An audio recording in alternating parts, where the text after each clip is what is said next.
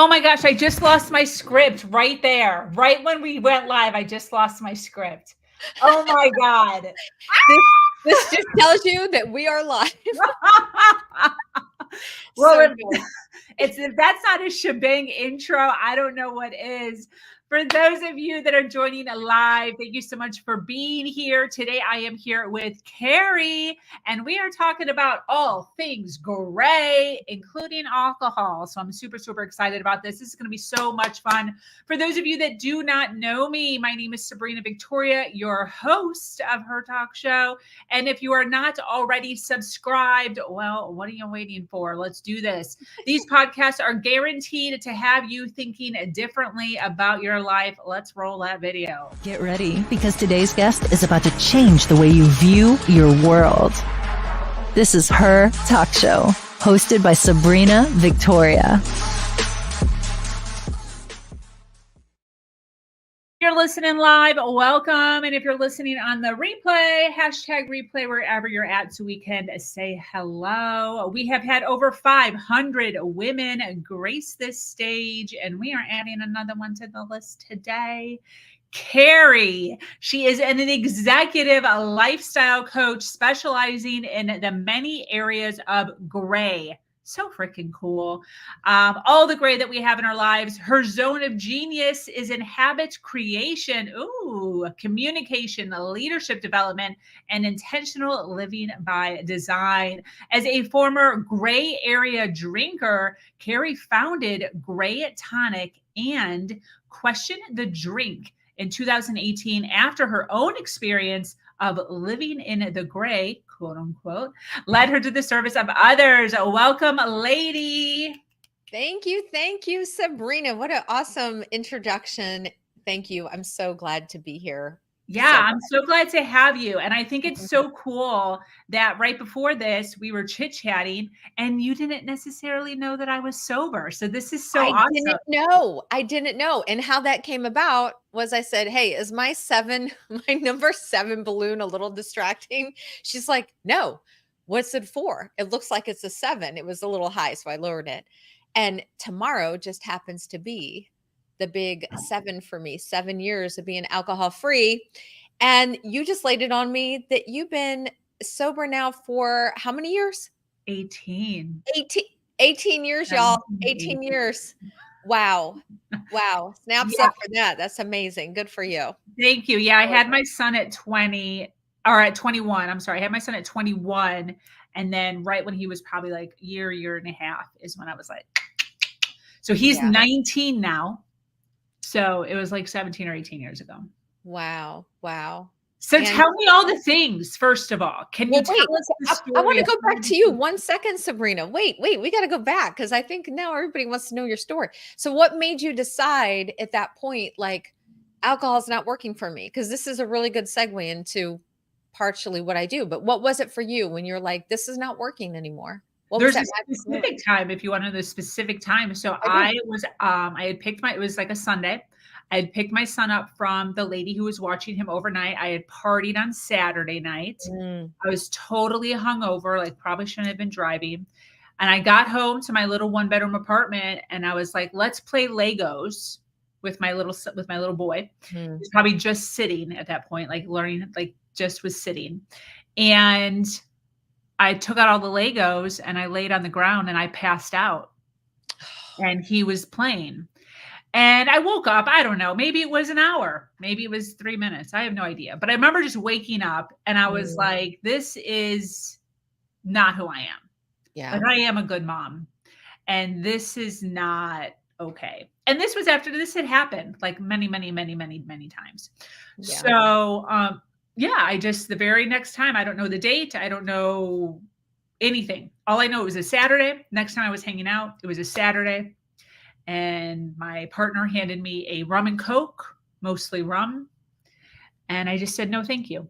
And I wasn't planning on going sober. I was just like, let me just see what happens. Exactly. Let's see if I can have a good time, not being a mom, partying on a Saturday. And let's just see. I mean, I don't know. And it was great. I had a great time. I danced. I had fun. And then I woke up the next day, no hangover. Mm. And I was like, let's just do it again and let's do it again. Then I got to a month and I'm like, let's try 3 months. And then I got to 6 months.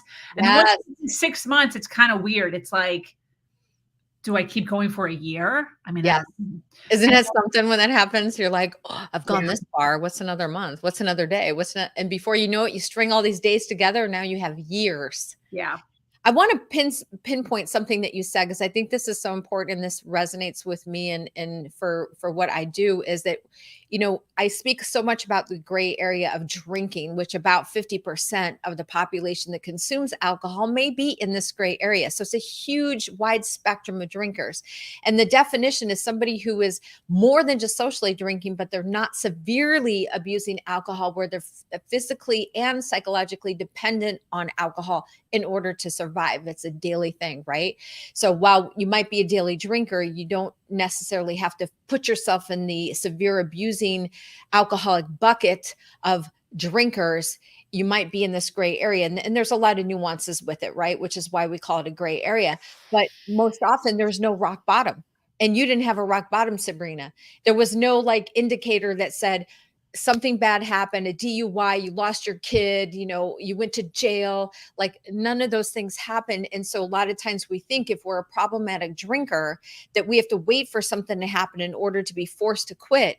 And being in a gray area, whether it's with drinking, a marriage, a career, with your health, whatever it is, you still have a choice. And that's the biggest message I want to get across today, is whatever gray area you're in, you have a choice to be there. You're not being forced to be there.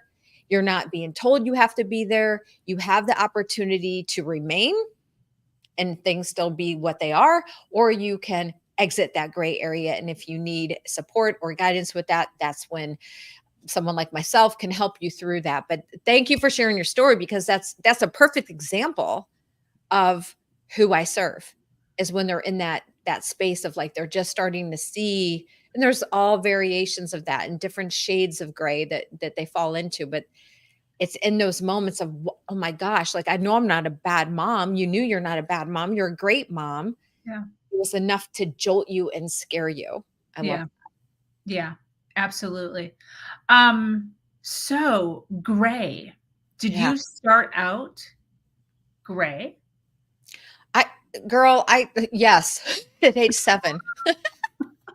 At age 7, no, for real. At age 7, I literally remember being on my parents' driveway in St. Louis, Missouri. It was a hot, hot, hot summer day. And I remember thinking, is this all there is? Is this all there is to life? Because At if 7. yeah, 7. And I remember thinking, wow, this is a pretty profound thing to be thinking at this age. Like, I knew I was different. Okay. And but I was a rebel. I was a troublemaker. These were all words that I refer to myself as. And that identity that I created so early on in my young childhood really set me up for the next several decades, because I wore that like a badge of honor, that I'm the troublemaker. I'm the one who gets in trouble. I'm the rebel. I'm the one who creates problems.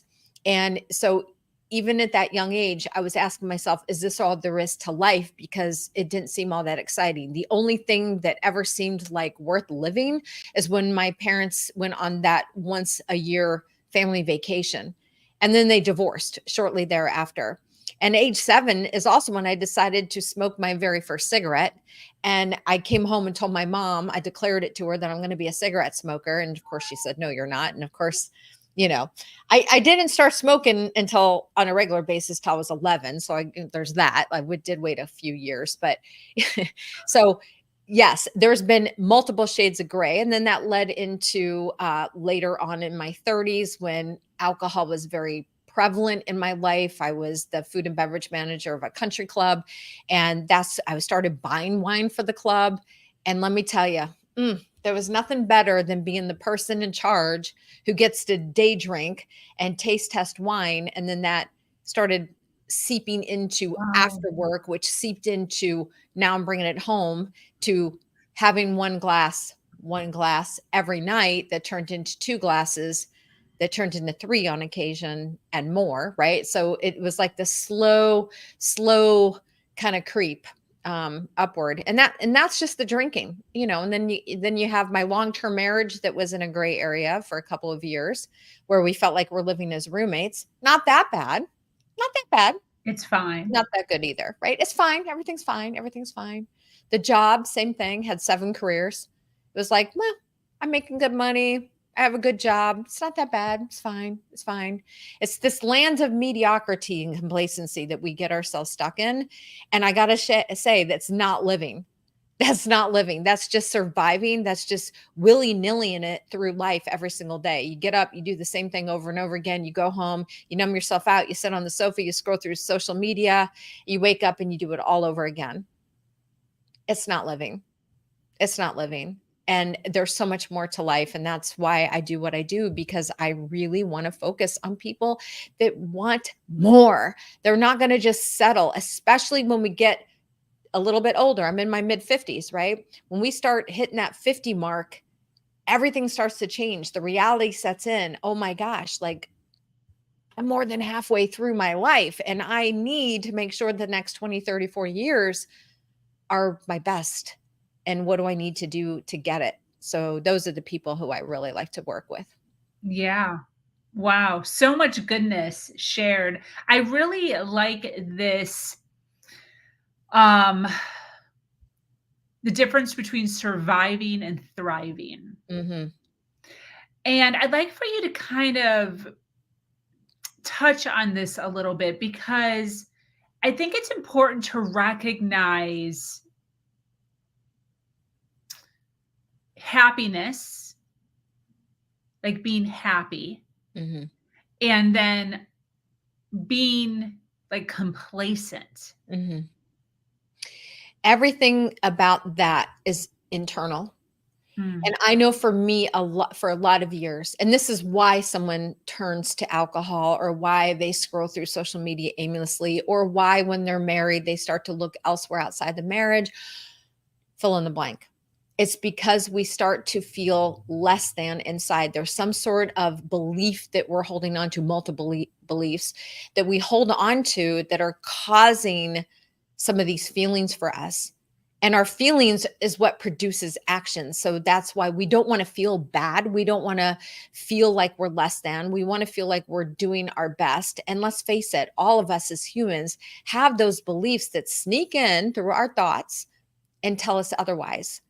And it becomes so much hard on us, and the burden that we carry. And especially, if we're busy, we're successful, we're looking to the outside world that we have it all together, which is another part of my story. And a lot of my clients, they are successful business leaders. Most of them are running multi-million-dollar businesses. And from the outside world, they have it all. They have the house and the kids and the cars and the family and all the material stuff, but they're not happy.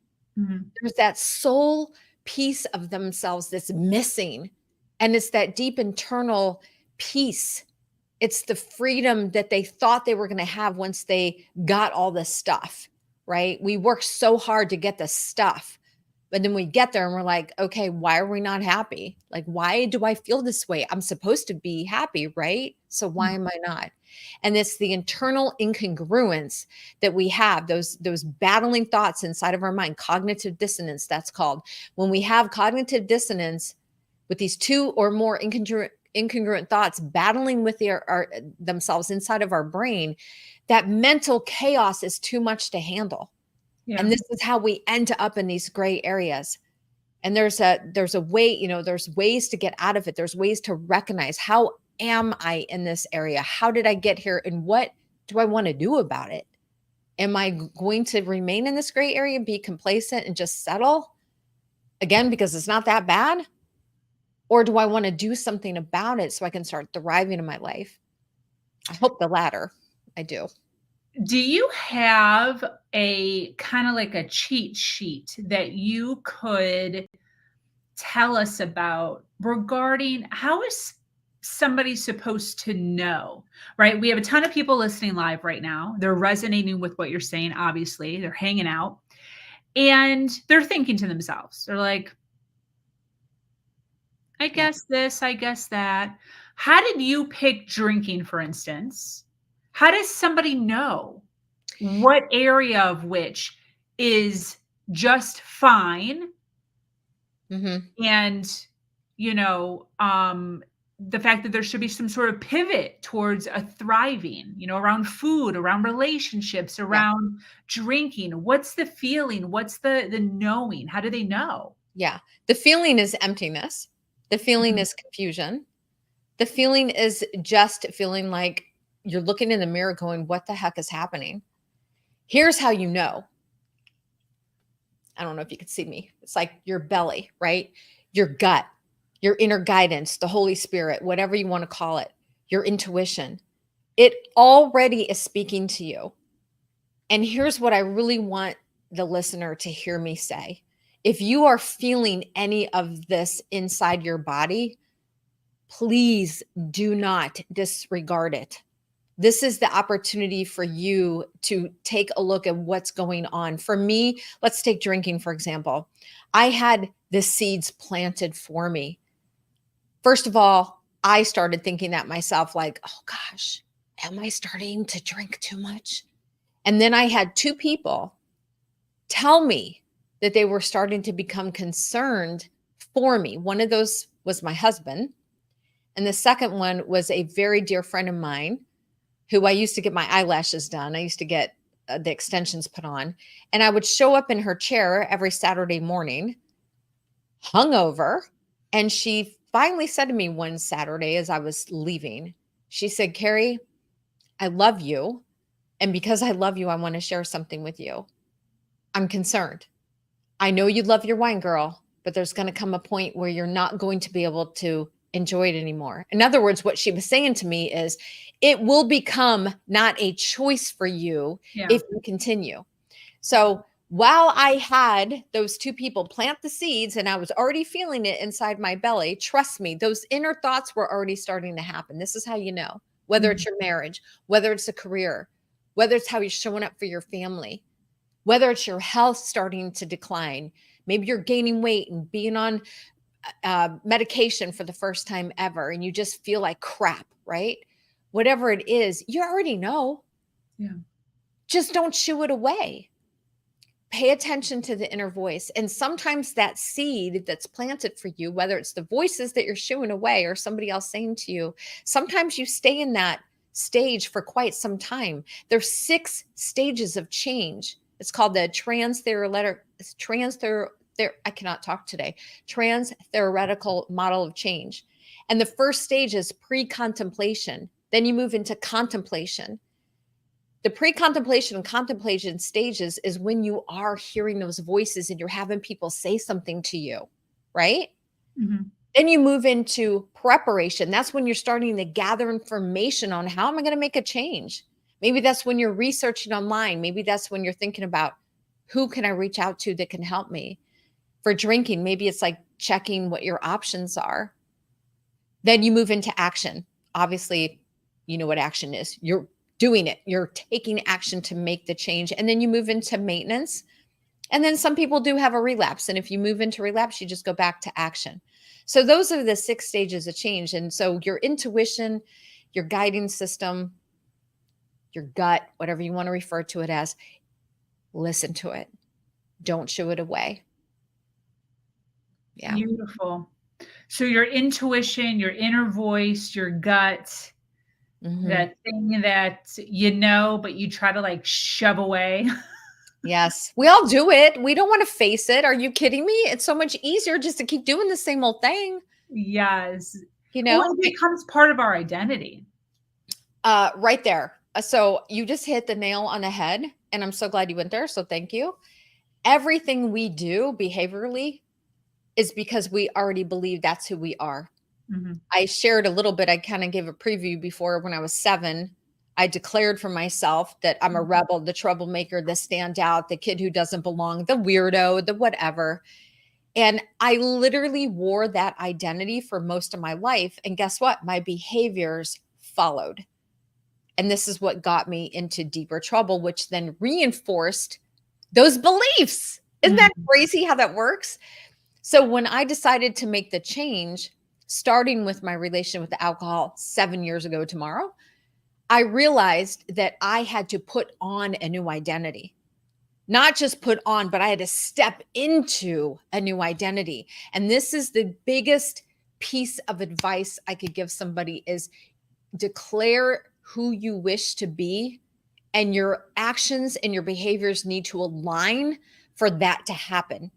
You have to be able to be willing to step into that new identity. And when you do, everything else starts to happen around you. You start to see the evidence that now it's working for you, and it's a good thing. And so I encourage those that are listening, when you're thinking about having a change in your life, whatever it is, I'll give you another quick example. One of my girlfriends, who is so gorgeous, she's 60. If you saw a picture of this woman, you'd be like, Kari, no way. Matter of fact, I showed her photo to my trainer this morning at the gym. I said, how old do you think this woman is? And he said, I don't know, 35. I'm like, dude, she's 60. Well, I saw her in a bathing suit yesterday online. She showed a picture of her in her bathing suit. And I'm like, oh my gosh. I showed it to my husband. I go, look, I said, she's my inspiration right now. I'm determined to wear a bikini next year. And I want to look like that. I'm younger than her and I want to look like that. So guess what? Wow. I need to shift. Yeah. Can't be eating the way that I'm eating right now. If I want to look like that, I have to take on a new identity. What kind of person, what needs to happen in my life to reach that goal? I need to change some things around. I need to work on my diet. I need to work out the gym more. I need to take on this identity of like, there's no miss in the gym. Yeah. It's a difference of who I am currently and who I desire to be. So that's a pretty good example of what I mean by that. Yeah. Yeah, definitely.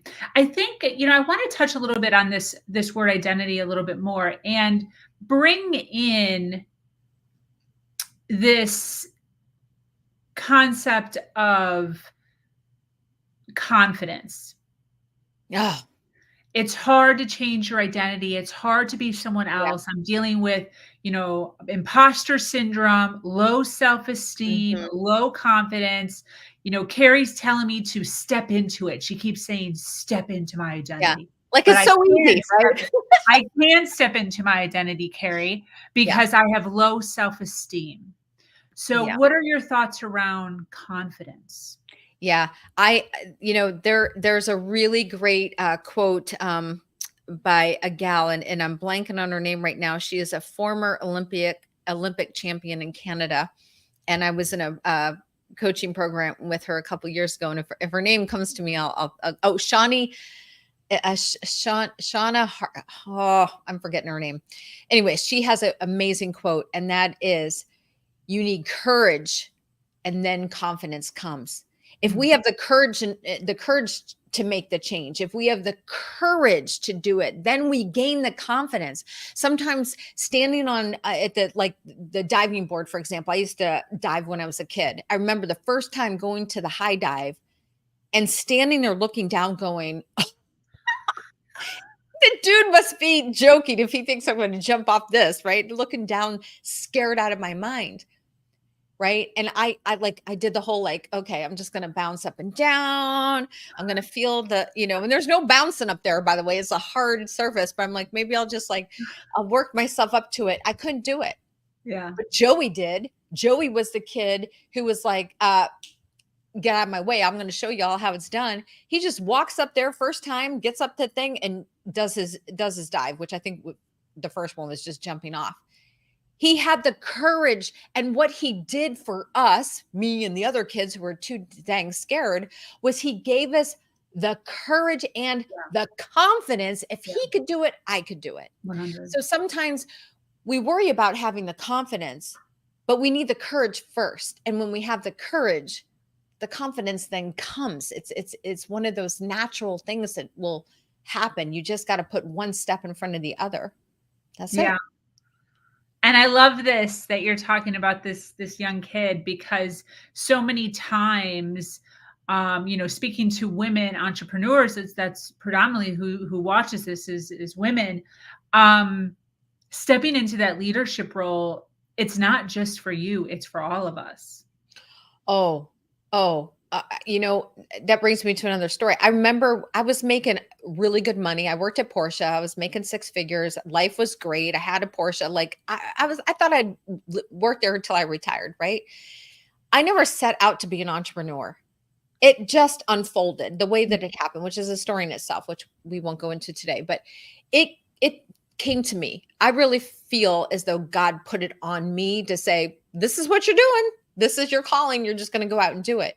And the idea was so exciting. And I was like, yes, I'm so going to do it. This is amazing. And then when the time came to actually quit my comfy, well-paying job to go all in on myself, let's face it, as a solopreneur, it's dang scary to just jump into the waters. Felt like I was on the high dive again. And I had to just go, you know what? I know what I'm doing. And what I don't know, I'm going to figure it out. I had the courage. I didn't always have the confidence. And so just jumping in. So being a woman has its own set of, challenges, being a mom, being all the things, and then trying to be a leader for yourself, let alone leading other people. Sometimes that feels very hard. And again, so what? What if you fail? Like, so what? Right? We have to fail in life. It hasn't been an easy road for me, and it certainly hasn't been an easy road for you, I'm sure, Sabrina, right? We have our moments, but we just keep going. And that's the thing. We got to get up and keep going. So that in itself could be a huge gray area for someone when they are feeling like, I don't even know where to start. I don't even know where to start. I just know that I don't want this anymore, right? Yeah. You put one step in front of the other and you take action. So maybe you're in that preparation stage right now. Like, oh, this is starting to make sense. Yeah. I think I'm starting to see the light here. Yeah. Yeah. Definitely. And really starting to pivot our mindset to start to create that change cycle that we all need to step into. I know you have a cycle that you teach on with the acronym under decide. Yeah. Can you share? Yeah, it's the decide model of change. And it is what I take all my clients through, whether they're a 6-month client, a year-long client, or my 30-day group program. And I don't necessarily say, okay, we're on the D now, let's do this. No, it's just part of the process. But decide is an acronym, and I'll go through it quickly. The D is having the desire to change. Right? You got to have the desire. You got to start somewhere. And it can't be like this wishy-washy, like, I wish things would be different. Like my girlfriend, I wish I looked like her, right? In a bikini. No, I have to have the desire to want to make the change. Yeah. The E is exploring your why. Oh, this is the biggest one of all. You have to know what the driving force is. What is the why? Because your why has to be so strong because it's like your pillar. And when things come up against you, the first thing that knocks you off, if that why isn't strong enough to hold you in place that you can come back to every time, you will fail. You won't make it. So you have to know what that why is. And I do the 5 why system, really getting underneath the layers. Why is it so important? It's one thing to say, oh, I want to look good in a bikini. Well, why is that so important? And you go through the 5 whys. The C in decide is having commitment to self. Commitment to self is 100% commitment, not 98%. If you have a 98% commitment, guess what? You leave this much of a back door open that you're going to go through at the first possible chance that you can because it got too hard, right? Yeah. So having commitment is being committed to the commitment. It also means investing in yourself. It means you're willing to put skin in the game. The I in decide is identity shift, which we've already covered. You must be willing to put on a new identity, step into a new identity. That's so huge. That's the key to making long-lasting change, is you have to believe it for yourself. The second D in the decide model of change is daily habits. Daily habits are huge. So I spend so much time here with my clients because I want to see what they're doing on a regular basis every day. The moment you wake up in the morning sets the tone for the entire day. If you're that person that's grabbing your phone and scrolling through, seeing the emails, seeing social media, what somebody didn't say or did say about you or didn't like your post, you know what that does? That affects you and your spirit, and it affects who you're going to be for the day. What you've done is you've just given all your power to the other side of the phone instead of How can I nourish myself first thing in the morning? What can I do to edify me? Spending time exercising, pouring into yourself, meditation, prayer, breath work, journaling, whatever it is that really gets you going, reading, learning something, saying affirmation, visualizing your day, making daily intentions, being intentional. So daily habits are huge. And the last E is everyday effort equals expansion. What we do on a daily basis and we put in that every single day effort will expand us as a human.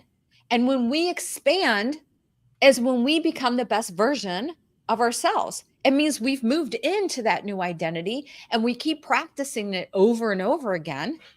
And when that happens, we have this change. When we add all the other pieces to it, we now have created long lasting of change. So that's the decide model of change. Thank you for letting me share that. Yeah, for sure. I want to dive a little deeper into two parts of that. Commit to self Mm, and every day or consistency. yeah. And the reason I want you to talk a little bit more about this is because I think so often, which I'm sure you see this all the time, we get really excited and we're like, yes, Kari, let's do it. And then we're really And good. it fizzles off. Yeah, we're really good for a few days, a few weeks, Yeah. maybe even a month or two. And then the consistency. Mm-hmm. So, can you touch a little bit about that as far as being committed to Yes. ourselves and how do we keep going after the fizzle?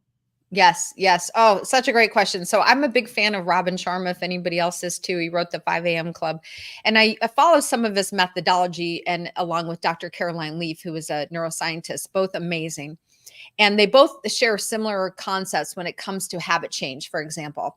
And habit change, we can also consider like when we want to make a change with something, with the identity part, we have this process that we have to rewire the way that we're thinking. We've been doing the same thing over and over again for quite some time. Let's take drinking, for example. You didn't start off by, at 5 years old, drinking something going, oh, this is so yummy. You learn to love it over the years. You learn that alcohol works in the way that it does.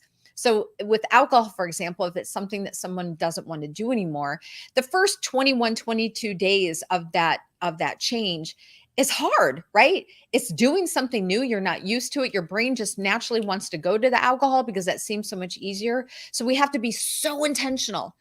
And I spent a lot of time talking about intentions versus goals. Like, who cares? Goals are future based. They're out in future land. Intentions are present based. So we got to stay intentional every single day, right? That's where the everyday effort comes in, making your daily intentions. That's part of it. But then the second 21 or 23 days in that time frame, it gets hard. It gets messy, right? So now we're in a rhythm. We got this new habit going, and our brain says, you've been at this long enough. Like, you could take a day or two off. Like, it's not a big deal, right? We have the salesman in our head telling us otherwise. And this is when we got to buckle in, because it feels very messy. And this is a term that Robin Sharma uses. It's messy. The last 21 to 23 days, because both of them agree 63 to 66 days is a good time to establish and make a habit automated, right? Mm-hmm. Our brain likes to survive, not necessarily thrive. And our brain wants to be on autopilot. And this is what habits are. So it takes a while for it to become a new habit. And in this process, in this 3-month or so process, it will take you a few things. Discipline, that everyday effort of consistency paired with your new identity and that commitment, knowing what your why is, because you're going to come back to it each and every time. And oftentimes your why is something of deep value, a relationship, your health, your child. For you is your child, right? There's so many important things that you need to consider for your why. It is of deep value. So when you incorporate all this together, it will be the fuel that you need to keep moving forward. But if you miss something out of that, most likely you're going to, give up, or you're just going to fizzle out, because you're right. We could go to a conference and be like, yes, I'm all in. And you're all excited. And 2 days later, you're like, whatever, Yeah. I'm over that. So it takes all of those pieces of the decide to really make that long lasting change. Yeah. Beautiful. Absolutely beautiful. before we close up or start to wrap up here, Yeah. one more thing I want you to cover. Sure. Falling off the wagon. Ah, Right? you know Because what? sometimes it's not, sometimes, yes, it fizzles out, but then Yeah. we do that as a failure and then we just throw it in the trash. So when we totally fall off the wagon in anything, our relationships, our health, our food, our diet, our drinking, what are we supposed to do? What's Say the good. Yes, I get to do it again. I get to try again. I get to be victorious again. If we go into a self-pity party, yeah, sure, you can go ahead, beat yourself up. That feels good for 5 minutes, then move on. Make a decision. This all comes down to you making a decision, which is why I like the decide model. Make the choice and the decision today. So what? Yeah. So what? Yeah. Learn from it. What happened? Look at what happened. Like, what was your thinking during the time? What were you feeling at the time? What made you do it or not do it, right? Looking at what the beliefs are and the thinking and the feelings is the real key here. And that's the real work that I do with my clients. But you can learn from it and just say, you know what? Okay, I'm not going to let that defeat me, because the moment you give into it and you allow those thoughts and feelings to come over you, you're doomed. Don't listen to those inner voices, the BS ones that I call them, because they're there to harm you. When you declare for yourself, no, okay, so I screwed up, big deal. I'm going to go back to my identity that I'm this new version of myself. And you claim that for yourself and you just start aligning your actions again and you apply the daily effort again, just get back on. And the longer you're off, the harder it is to get back going again. So the moment you recognize or messed up or whatever, get back on the horse ASAP. The longer you wait, the harder it's going to be. And this is when it's important for you to consider maybe working with somebody that can help you stay accountable, get into a community group, have the support system around you. Yeah. It's really difficult to see our blind spots. We need to have people surrounding us that can help us see that and will hold us accountable and will lift us up when we do have a fall. We're human. It's okay. It's okay. Absolutely. Yeah, it is okay. So what? So what? So what next? Listen, my mom always used to say, you know, if things didn't work out, she'd just say one word, next. Next. Totally. And I love it because it's so true. Next, like, we'll figure it out. Nobody's got this life perfectly mastered. We're all works in progress, Totally. right? We just might be a couple steps ahead or we might be a couple steps behind somebody. So whatever the changes that you want to make, find somebody that's already been there, done that, who is several steps ahead of you that can show you the roadmap. It makes it so much easier instead of trying to figure it out all on your own and you're spinning circles. Exactly. Yeah. And get around a good support system. I think that has a lot to do with it. You know, going back to your story that you told about the diving board, you know, when you are around individuals who step fearlessly and who have courage, it elicits courage within us. Yeah. So, you know, you have to get around people who are doing things, who are moving in the direction of which you are moving. So that's why, you know, things like Weight Watchers or things like, you know, communities around sobriety. There's yoga communities, Buddha communities, AA communities. You know, my fiance runs one called Sober Society. You have your GrayTonic. Like, there's so many areas of which you can get in and amongst people who are on the same journey as you so that you can succeed in whatever area that is. Yes. Yeah. Well, Question the Drink is my private Facebook group for those that are questioning the drink, right? So it's not called Quit the Drink. It's called Question the Drink, because if you're a gray area drinker, it's a choice. You get to choose. So Question the Drink is a great resource for those that are interested in joining the community. And I have a free resource called Think Through the Drink. It is a mini course. It's 4 videos. It will help you future pace those questions you can be asking yourself. And you can find that all on GrayTonic.com. At the very top of the page, you'll see that resource. Beautiful. Well, this has been absolutely delightful. I so appreciate you being here. Thank you for those of you that are Thank you. hanging out, listening live. For those of Yes, you on thank the you. replay, make sure you hashtag replay. We do have a ton of people watching, Kari. They're obviously resonating with what you're saying. We obviously have a pretty good idea of what you do, but could you give us a rundown of exactly what you do and who should be contacting you? Who do you help?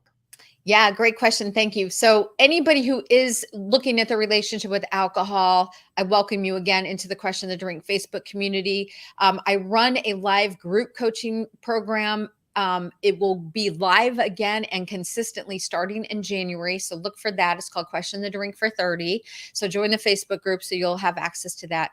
My one on one clients, who are very special to me, most of them are business owners that are in those gray zones, whether it is with alcohol, their marriage, relationships, career, health, whatever is going on with them. It's GrayTonic is really a life optimization company. And I have other coaches that work alongside of me when needed. And that is a very concierge level coaching. And you can find all the information on graytonic.com.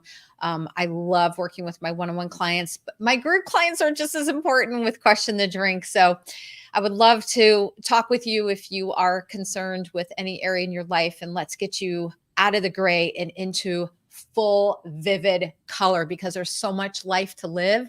And I want the best for you. I don't want you to be stuck in mediocrity. It's not a fun place to be. Absolutely. And where can people find you on social media if they want to follow your content? Yeah. So everything is under GrayTonic, Instagram, Gray_tonic, Facebook, GrayTonic, and LinkedIn, GrayTonic. However, LinkedIn, my personal, I'm the only Kari Schwear on social media. So I'm really easy to find. LinkedIn is probably my favorite social media platform. How dare I say that, right? Because I think we're on Facebook, but next to Facebook. But yeah, LinkedIn, you can find me there too. Please connect with me. Send me a message. Say you saw me on the Her Talk Show, and I would love to connect with you and have a conversation with you. That'd be amazing. Beautiful. Well, thank you so much. To those of you who resonate with Kari and all the goodness that she shared, make sure to find her at GrayTonic.com. And I'm sure all of her social media is also on her website. And what else was I just going to say? I don't remember, but we love to connect people here on this platform in order to make sure we all continue to rise. That brings us to an end of yet another incredible of Her Talk Show. Thank you, Kari, for sharing your wisdom and inspiring us all. Any closing thoughts as we wrap up? Just listen to your intuition and that inner guiding system. Listen to the voice. Don't shoo it away. And lastly, I'll say, Sabrina, I would love for you to come on my Facebook group and go live, because I do very similar format there. And I'd love to have you come share your story if you'd be willing. So yes, 100%. I would love that. awesome. To all of our dedicated listeners, thank you for being here, whether live or on the replay. Remember to follow, like, and share. Once again, I am your host, Sabrina Victoria, and I invite you to join our amazing community, Her Nation, where we continue to uplift each other every step of the way. As always,